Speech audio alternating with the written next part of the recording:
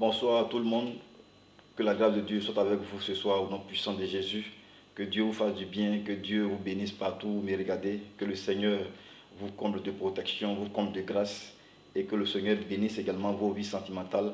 Et que Dieu permette que vous puissiez vraiment atteindre vraiment le mariage, atteindre vraiment des relations durables et même des relations qui vont aboutir vraiment à la dot et au mariage. Alléluia. Que le Seigneur vous bénisse ce soir. Que la couverture du Saint-Esprit se repose sur la vie de quelqu'un qui me regarde et que le Saint-Esprit vraiment vous localise là où vous êtes et vous impacte positivement afin que vos vies sentimentales soient des vies comblées de joie, de paix et d'amour. Soyez bénis, soyez bénis, soyez bénis. Voilà, rapidement, nous allons faire un petit enseignement sur, d'abord, comme je disais tout à l'heure, sur nos vies sentimentales. Alléluia. Vous voyez, par moments, l'humain a tendance à mélanger un peu les choses spirituelles avec les choses physiques.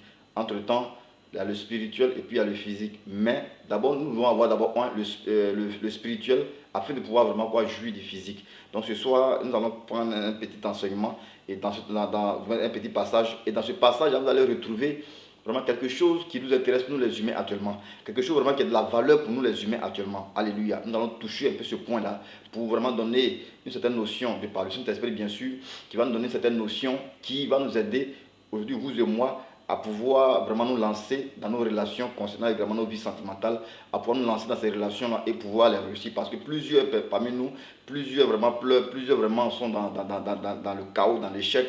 Et il y a des complications au point où il n'y a plus de confiance, tout le monde est découragé. Donc il faudrait que l'humain puisse être instruit par son Dieu, par son Créateur, afin que l'humain puisse bénéficier vraiment d'une certaine notion, afin de pouvoir vraiment faire sa vie sentimentale, que ce soit homme comme femme. En tout cas, tout le monde vraiment est engagé dans ce combat-là. Et donc, on doit vraiment réussir ce combat-là. Mais ce soir, nous allons voir un petit passage qui va nous aider un peu à pouvoir nous ouvrir rapidement sur ce passage. Donc, on aura comme thème, je désire une relation durable. Alléluia. Voici notre petit thème, je désire une relation durable en lieu et place d'une relation amoureuse.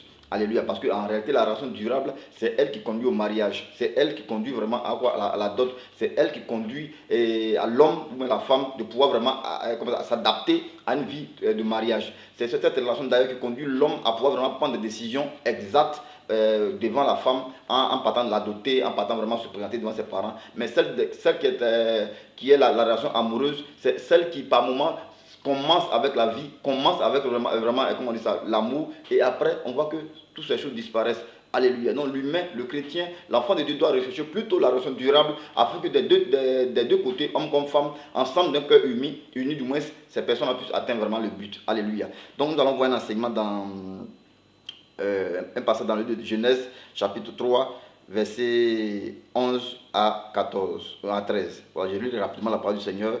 Il dit quoi? C'était en ce temps Dieu avec Adam et Ève dans le jardin d'Éden. Et voici qu'il y a eu une complication. Et Dieu a parlé là. Les humains également, c'est-à-dire la femme et puis l'homme, c'est-à-dire Adam et Ève, eux aussi ont parlé. Et après cela, nous allons voir comment ce qui est important dans ce passage que nous on va prendre pour vraiment faire notre enseignement. Alléluia. Donc, on prend le passage dans Genèse 3, verset 11. Il dit quoi? Et l'Éternel dit, qui t'a appris, voilà, qui t'a appris que tu es nu. Parce que là, les humains venaient de quoi commettre un acte que Dieu les avait défendu de faire. Dieu les a mis dans un jardin.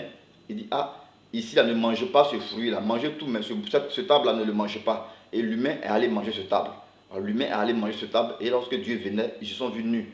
Ils se sont vus nus et ils ont commencé à se cacher. Il dit quoi? L'Éternel dit, qui t'a appris que tu es nu?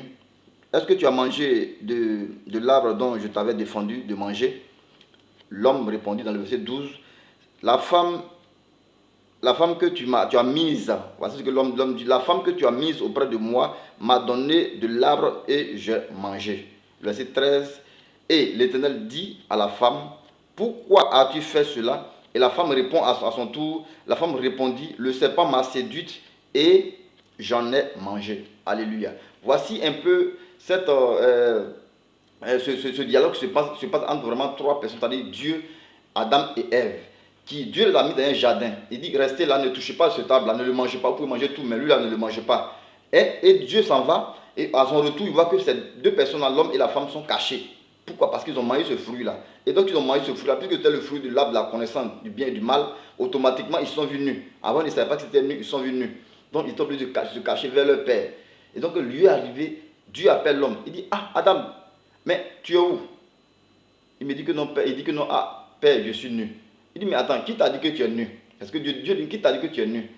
Et voici ce que l'homme dit. L'homme répond maintenant, dit que quoi? La femme que tu as mise auprès de moi là.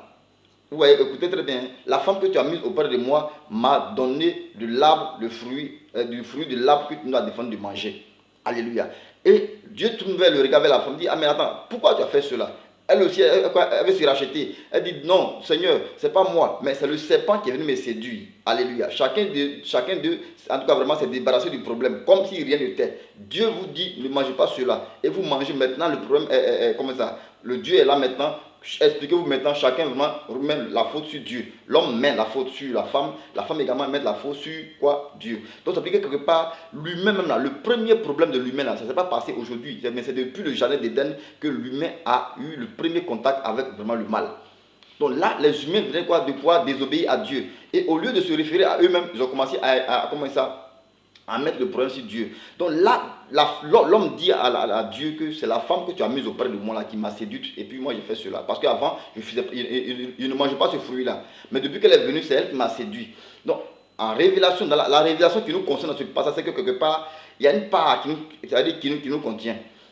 Du moins, qui est bon pour nous du moins. Dieu veut que les humains soient parfaits. Il permet que l'homme, de par la corde de l'homme, il crée une femme pour que la femme soit agréable devant l'homme. Le garçon, lorsque le garçon a vu la femme, il était très content, il a apprécié vraiment, il a dit merci à Dieu. Et voici maintenant qu'il y a un problème, au lieu de pouvoir vraiment trouver solution, mais il rejette cette faute-là qui est sur Dieu. Il a dit non, Dieu, c'est pas moi qui ai fait, hein, c'est pas moi, mais c'est la femme que tu as mise auprès de moi là qui m'a séduit, et puis moi j'ai mangé le fruit. La femme aussi dit que c'est pas moi, c'est le serpent. Donc au point, c'est comme ils ont mis la faute sur Dieu. Donc Dieu dit ok, il n'y a pas de souci. La révélation qui concerne ce passage-là, c'est ce que je suis en train de vous dire. Dieu dit, ok, il n'y a pas de problème. Comme il n'y a pas quelqu'un qui se porte garant de pouvoir porter le chapeau, que vous mettez sur moi, l'homme, c'est parce que tu as envoyé la femme que cela est arrivé, il n'y a pas de problème. Allez-y, quittez le jardin. Mais à partir d'aujourd'hui, toi l'homme, tu dois vraiment chercher maintenant ta cote. La femme également doit chercher vraiment quoi, celui avec qui elle va vivre. C'est-à-dire les deux côtés, chacun vraiment est libre de faire son choix. C'est parce que moi j'ai fait un choix pour donner à toi l'homme que tu me dis que non quoi, c'est moi qui t'ai envoyé la femme, c'est pour ça qu'elle t'a séduit et que tu as mangé le fruit que tu as défendu.